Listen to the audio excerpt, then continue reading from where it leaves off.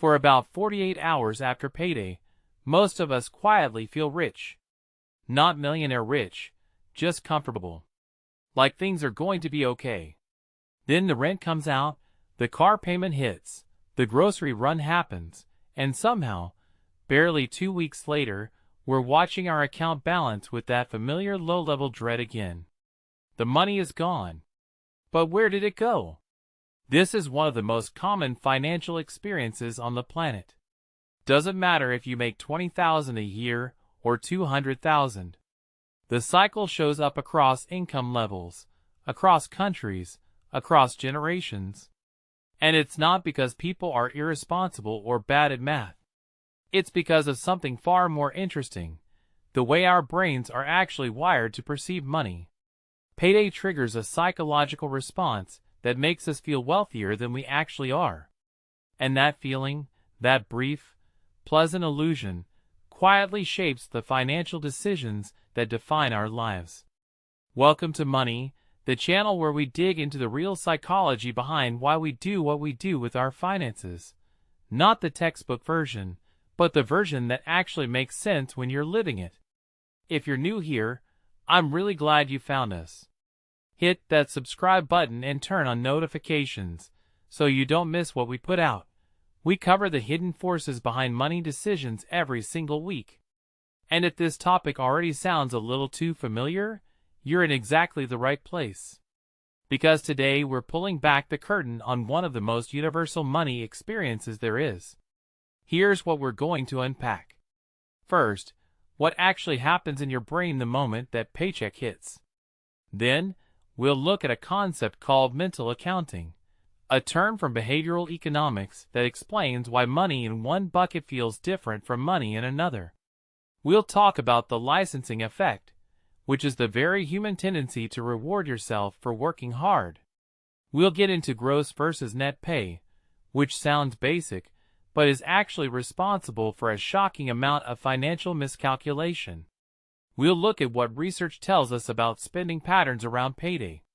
And we'll end by drawing a line, a very important line, between income and actual wealth. Because those two things are not the same.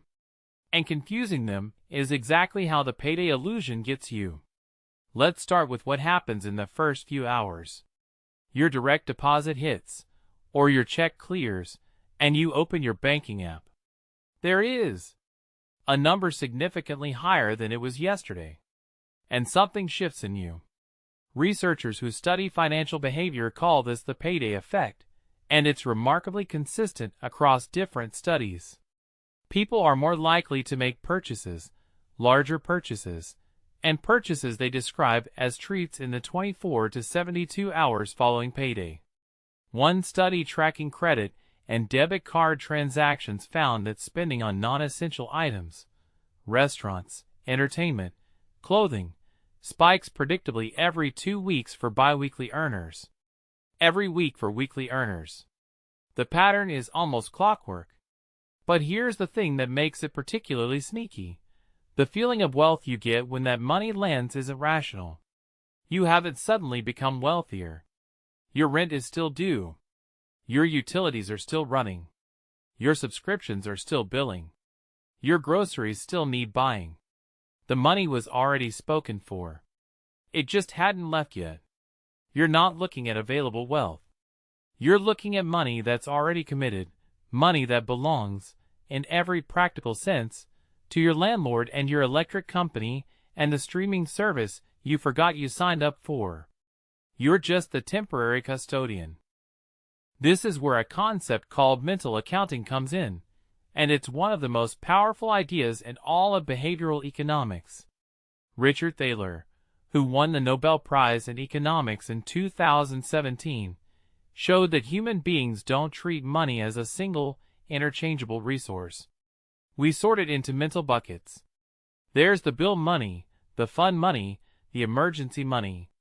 And critically, money feels different depending on which bucket it's sitting in. The moment your paycheck lands, your brain does a very quick, very rough calculation. It sees the total balance and registers it as current wealth. The bills that haven't come out yet, the rent, the car payment, the insurance, exist in a separate mental bucket labeled future. And future money doesn't feel as real as present money. So the $3,200 you just got paid feels like $3,200 of available, spendable wealth, even though $2,400 of it is already committed. That gap between what your brain registers and what's actually yours. That's the illusion. That's where the payday high lives. And the cruel thing about it is that it's not stupidity. It's just how human cognition works. We are wired to respond to the world as it appears right now, not to run mental simulations of every future transaction. That made perfect sense for most of human history. It just happens to work against us in a world of monthly billing cycles. And it starts even before the money hits your account. How many times have you heard someone say, "I make $60,000 a year," and believe for a moment that they take home $60,000 a year? We anchor to our gross income. The number before taxes, before benefits, before retirement contributions come out. That number gets quoted in job offers, listed on mortgage applications, and used in social comparisons. But it's not the number that shows up in your bank account. For most American workers, the difference between gross and net pay is somewhere between 20 and 35%. On a $60,000 salary, that could mean you're actually living on $42,000. That's an $18,000 gap between the identity you built around your income and the cash flow you actually have to work with. And yet we budget, we plan, and yes, we feel wealthy based on the bigger number. Then there's a psychological phenomenon called the licensing effect, and this one is particularly fascinating. It works like this. When we feel like we've done something virtuous or earned something, our brain gives us permission, a kind of internal license, to then indulge. You worked hard for this paycheck. You put in the hours. You dealt with the emails, and the commute, and the difficult meetings. And so when payday comes, there's a very natural, very human feeling that you deserve to enjoy it a little. I earned this. That's the licensing effect talking. And it's not wrong, exactly. You did earn it. The problem is that treating yourself often happens before the necessities are handled, or at a scale that doesn't match what's actually available. Studies show that people who are asked to recall their hard work before making spending decisions consistently make more indulgent choices than those who aren't. Your brain uses the act of earning as justification for spending. And nowhere is that dynamic more concentrated than in the hours right after a paycheck lands. The payday high and the licensing effect arrive at the exact same moment. You feel both wealthy and deserving simultaneously. It's a remarkably effective combination for loosening the grip on your wallet. Now zoom out for a second and look at an industry that was built entirely on this psychology. Payday lending. The entire business model of payday loans depends on one thing: the gap between when people feel broke and when they get paid. And who uses payday loans most? People who live paycheck to paycheck. People who, by definition, experience that post-payday high and pre-payday dread cycle most intensely. The average payday loan borrower takes out 8 loans per year. They're not using it once in an emergency. They're cycling through it repeatedly, paying fees that translate to annual interest rates that can exceed 300%. The payday illusion doesn't just cost people a dinner out or an impulse buy online. At the extreme end, it traps people in debt structures that are genuinely hard to escape. It's the most expensive version of a psychological quirk we all share to some degree. Here is maybe the most important distinction in all of personal finance, and it's one that the payday illusion constantly blurs. Income is a flow. Wealth is a stock. Income is the water coming out of the tap. Wealth is what's in the tank. Payday gives you a rush of flow. But if that flow is immediately redirected out, bills, spending, debt payments, your tank never fills up. And here's the uncomfortable truth: having a high income is not the same as being financially secure. There are people making $150,000 a year who are one unexpected car repair away from a crisis.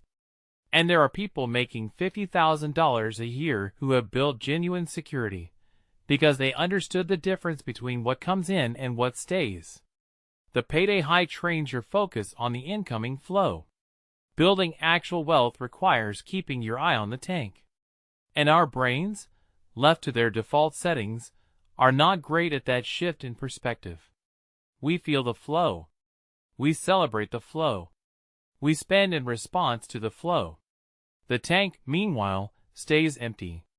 So what do you actually do with this? A few things that behavioral economists and financial planners consistently point to. First, automate your savings on the same day as your paycheck. Not at the end of the month after everything else has happened, the same day. Before the payday hike can make spending feel frictionless, move money to a place that requires friction to access. Second, anchor to your real number. Not your gross salary, your actual monthly take-home. Write it down.